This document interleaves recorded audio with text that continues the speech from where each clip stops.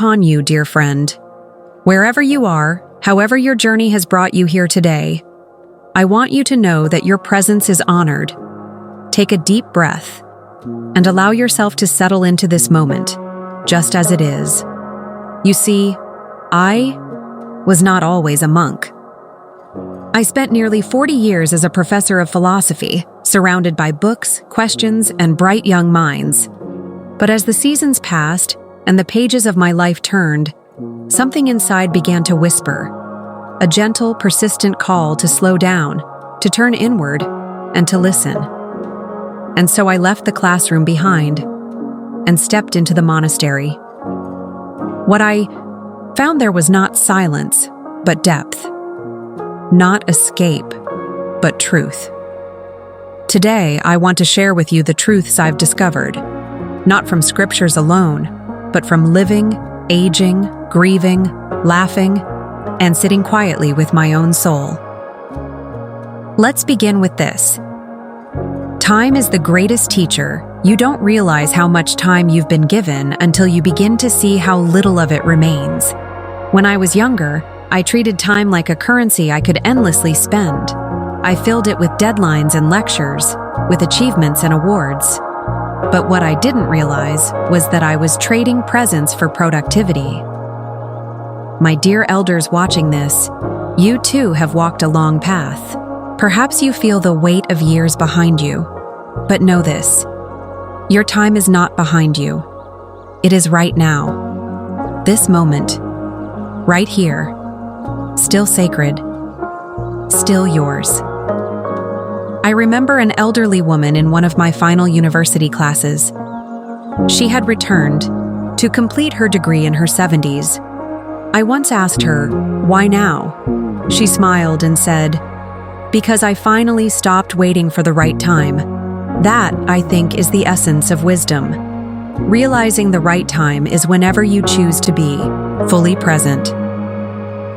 Let go of what no longer serves you. As we age, we accumulate more than just memories. We accumulate expectations, regrets, old grudges, and worries we were never meant to carry for this long. Imagine carrying a heavy bag on your back every day. Eventually, it bends your posture, slows your step, and numbs your senses. The same is true for emotional burdens. A man once came to me in the monastery. He was 82. He had not spoken to his brother in over 40 years. "I don't even remember why we fought," he confessed. "But the silence between us feels heavier than any anger ever did." 2 weeks later, he traveled to meet his brother. They cried, they laughed. They had only a few more months together before his brother passed, but those months were full of peace.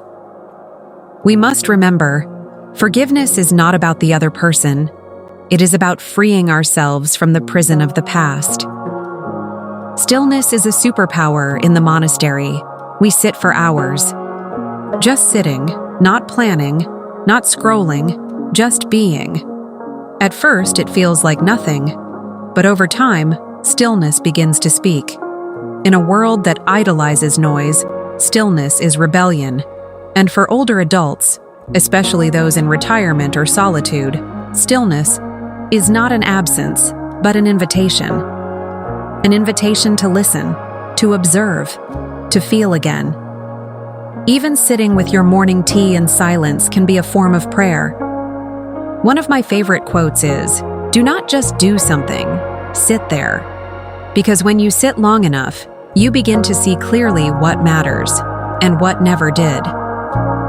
Your story matters. Tell it. Too many elders fade into the background, believing their time has passed, that their stories are no longer needed. But every wrinkle on your face is a line in a poem that someone younger is desperate to read. Speak to your grandchildren. Share the mistakes you made, the loves you lost, the fears you overcame. Not because you need to teach, but because they need to feel they are not alone.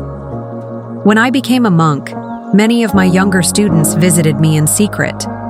Not to talk about philosophy, but to ask, how do I know I'm making the right choices? How do I deal with losing someone? Why do I feel so alone? You are a living library. Don't let your wisdom stay shelved. Let us pause here for a moment. Breathe in and let go. This is only the beginning of our journey.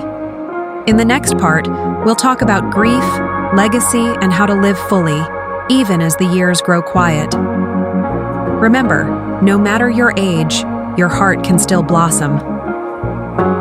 Stay with me. Grief is a reflection of love that has nowhere to go.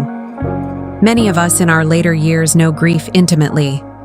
We have buried spouses, friends, siblings, even children, and sometimes we're told, "You have to move on."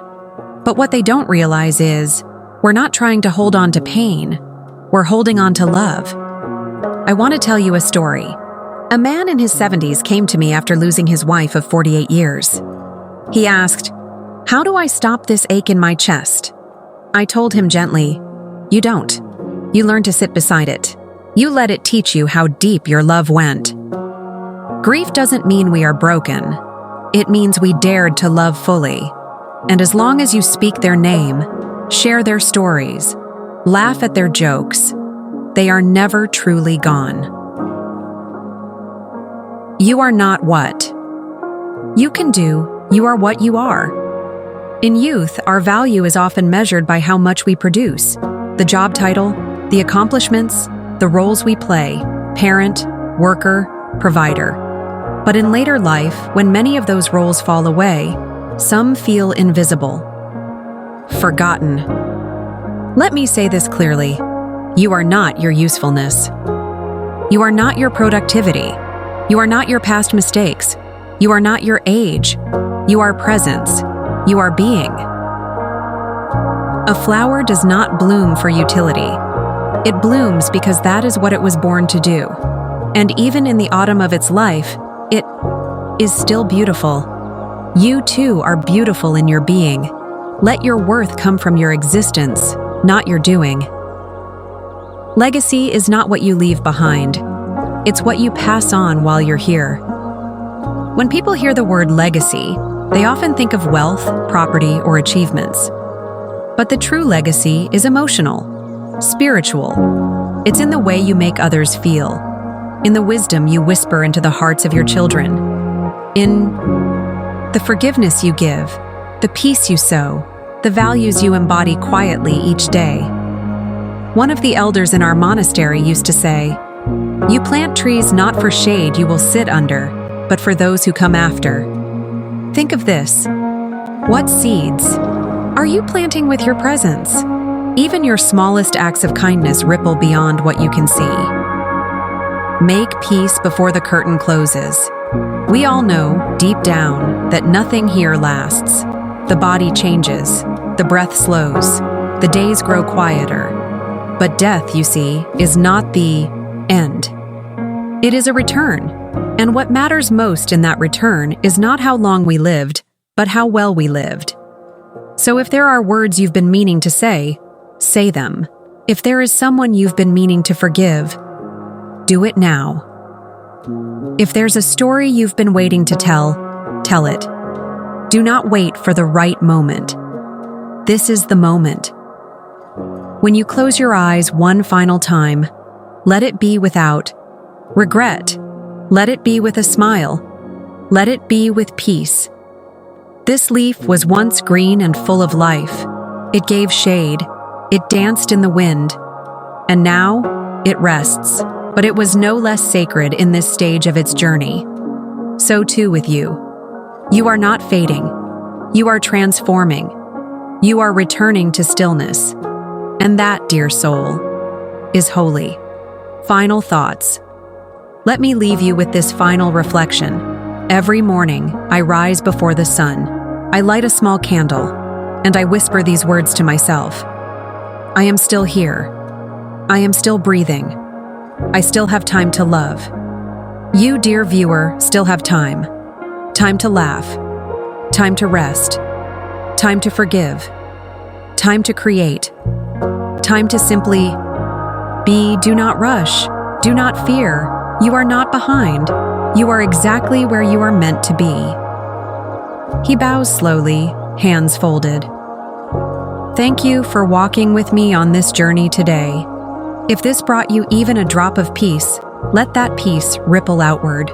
Share it, live it. And remember, you are never alone. May you be well. May you be peaceful. May you be free. This is not the end. It's a beginning. Thank you for spending this moment with us. If this video touched your heart, please let us know in the comments. Your words inspire others. Subscribe for more weekly reflections and life lessons from the monk. Share this with a loved one who may need a gentle reminder of their worth.